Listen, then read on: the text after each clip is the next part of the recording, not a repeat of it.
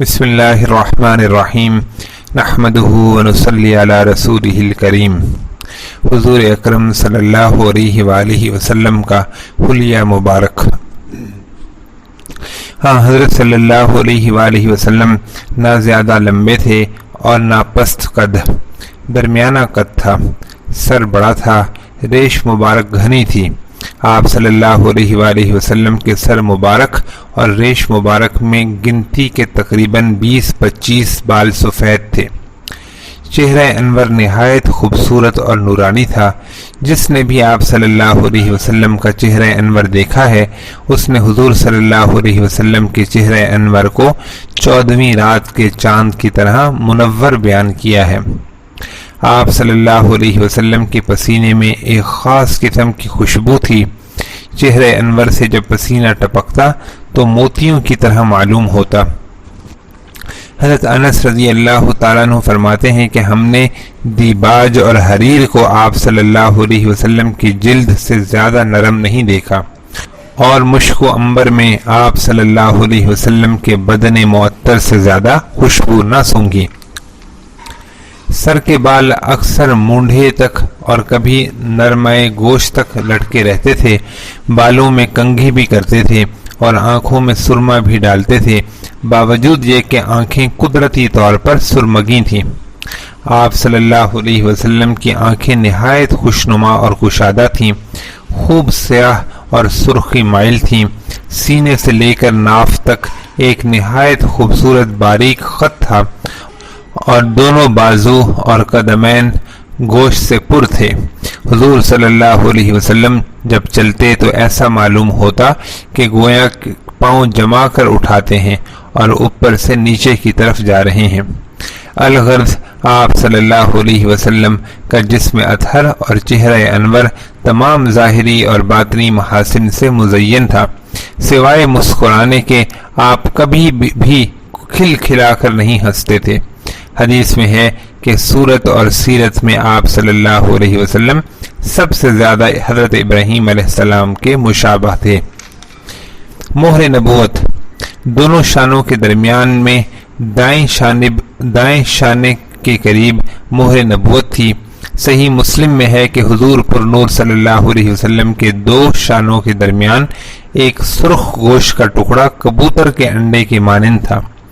یہ مہر نبوت حضرت صلی اللہ علیہ وسلم کی نبوت کی خاص نشانی تھی، جس کا ذکر کتب سابقہ اور انبیاء سابقین کی بشارتوں میں تھا۔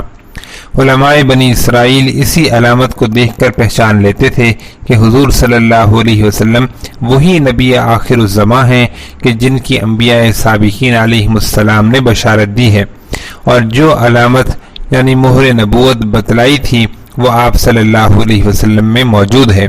گویا یہ مہر نبوت آپ صلی اللہ علیہ وسلم کی نبوت کے لیے من جانب اللہ تعالی کی مہر اور سند تھی۔ ریش مبارک، ریش مبارک یعنی داڑھی آپ صلی اللہ علیہ وسلم کی گھنی تھی۔ آپ صلی اللہ علیہ وسلم اسے بالکل کترواتے نہ تھے، البتہ مونچھیں کترواتے تھے، مگر گاہ بگاہ یعنی کبھی کبھی جو بال زائد ہو جاتے ان کو کتروا دیتے تھے تاکہ صورت بدنما نہ معلوم ہو۔ چونکہ داڑھی تمام انبیاء کرام علیہم السلام کی سنت ہے، معاذ اللہ کوئی ملکی اور قومی رواج کی بنا پر نہ تھا، جیسا کہ بعض گمراہوں اور نادانوں کا خیال ہے۔ داڑھی صرف سنت محمدیہ اور طریقہ اسلام ہی نہیں بلکہ تمام پیغمبروں جن کی تعداد تقریباً 1,24,000 ہے ان سب کی سنت ہے، جیسا کہ حدیث میں آیا ہے کہ داڑھی تمام انبیاء مرسلین کی سنت ہے۔ گرجاؤں میں آج بھی جو حضرت عیسیٰ علیہ السلام کی تصویر رکھی ہوئی ہے اس میں بھی داڑھی موجود ہے، اور علماء یہود و نصارہ جن کو پادری کہتے ہیں وہ اکثر و بیشتر نیچی داڑھی رکھتے تھے۔ غرض یہ کہ مذہبی گروہ میں داڑھی کا ہونا یہ اس امر کی صریح دلیل ہے کہ داڑھی انبیاء کرام علیہم السلام کی سنت ہے، اور سیدنا ہارون علیہ السلام کی داڑھی کا ذکر قرآن کریم میں صراحتاً موجود ہے۔ لا تأخذ بلحیتی ولا براسی، عرب میں جو لوگ ملت ابراہیمی کے متبع تھے وہ داڑھی رکھتے تھے، ورنہ اکثر مشرکین داڑھی منڈھاتے تھے۔ اس لیے آپ صلی اللہ علیہ وسلم نے ارشاد فرمایا کہ مشرکین کی مخالفت کرو اور ان کی طرح داڑھی مت منڈھاؤ۔ انبیاء کرام علیہم السلام کی سنت کے مطابق مونچھیں کترواؤ اور داڑھی بڑھاؤ، اور مشرکین کے تشبہ سے اپنے آپ کو محفوظ رکھو، اور انبیاء اور مرسلین کی حیت اور شکل اختیار کرو۔ برگزیدہ بندوں کی حیت اور شکل بھی پسندیدہ ہوتی ہے، اور مغضوب علیہم اور ضالین یعنی یہود و نصارہ کی مشابہت میں غضب اور زلال کا اندیشہ ہے۔ غرض یہ کہ داڑھی کل انبیاء و مرسلین اور تمام صحابہ و تابعین رضوان اللہ علیہم اجمعین اور تمام علماء ربانیین کی سنت مستمرہ اور شعائر اسلام میں سے ہے۔ داڑھی نہ رکھنا گناہ کبیرہ ہے اور شعائر اسلام کی علل اعلان بے حرمتی ہے، اور داڑھی کا مذاق اڑانا کفر ہے، اس لیے کہ داڑھی کا مذاق اڑانا تمام انبیاء کرام علیہم السلام کا استہزاء اور تمسخر ہے، اور تمام شریعتوں کے ایک مسلمہ حکم کی توہین ہے، اور تمام صحابہ و تابعین اور 14 صدی کے تمام علماء اور صلحاء اور اولیاء اور سلاطین اسلام کی تحمیق اور تجہیل ہے۔ داڑھی کا مذاق اڑانے والے یہ نہیں سمجھتے کہ 50 سال قبل ان کے سلسلہ نسب کے تمام آباء و اجداد داڑھی رکھتے تھے۔ کیا اس مسخرے کے نزدیک اس کے تمام آباء و اجداد حماقت کا سائن بورڈ لگائے ہوئے تھے؟ اللہ تعالی ان نادانوں کو عقل دے۔ جس طرح سر کے بال اور چوٹی عورت کے لیے زینت ہیں، اسی طرح داڑھی مرد کے لیے زینت ہے۔ اس لیے عورت کو یہ حکم دیا گیا ہے کہ بالوں کو اپنی حالت پر چھوڑ دے، اور منڈھانے کی ممانعت کر دی گئی۔ نسائی شریف میں حضرت علی کرم اللہ وجہہ سے روایت ہے کہ حضرت صلی اللہ علیہ وسلم نے منع فرمایا ہے کہ عورت اپنے سر کے بال منڈھائے۔ مردوں کو بال رکھنے اور منڈانے کا اختیار دیا گیا، مگر یہ ہدایت کر دی گئی کہ مرد اپنے بال اتنے لمبے نہ چھوڑیں جس سے عورتوں سے مشابہت پیدا ہو جائے، بلکہ اس کی ایک حد مقرر کر دی کہ اس سے متجاوز نہ ہوں، یعنی کان کی لو تک یا کندھے تک۔ سنن ابی داؤد میں ابن حنظلیہ سے روایت ہے کہ حضرت صلی اللہ علیہ وسلم نے فرمایا کہ خریم اسدی اچھا شخص ہے اگر اس کے سر کے بال کاندھوں سے متجاوز نہ ہوتے اور اس کی ازار ٹخنوں سے لمبی نہ ہوتی۔ جب یہ بات خریم کو پہنچی تو انہوں نے کینچی لے کر بالوں کو کانوں تک کر دیا اور ازار کو نصف پنڈلی تک کر دیا، اور سر کے بال منڈانے والوں کو یہ حکم دیا گیا کہ سر کے بال منڈانا چاہو تو سب بالوں کو منڈا دو، یہ جائز نہیں کہ کچھ رکھو اور کچھ منڈا دو۔ صحیح مسلم میں حضرت عبداللہ ابن عمر رضی اللہ تعالیٰ عنہما سے روایت ہے کہ حضرت صلی اللہ علیہ وسلم نے ایک بچے کو دیکھا، اس کا کچھ سر منڈا ہوا تھا اور کچھ بال چھوڑے گئے تھے، سو آپ صلی اللہ علیہ وسلم نے ان کو اس سے منع فرمایا اور یہ حکم دیا کہ یا تو سارے سر کے بال منڈاؤ یا سارے سر کو چھوڑ دو۔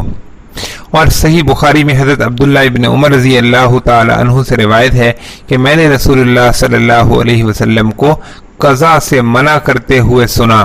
عبید اللہ کہتے ہیں کہ قضا یہ ہے کہ صرف پیشانی کے بال چھوڑ دیے جائیں، ان کے سوا سر میں اور بال نہ ہوں، یا سر کے دونوں بازوؤں میں بال رکھے جائیں اور باقی سر منڈا دیا جائے۔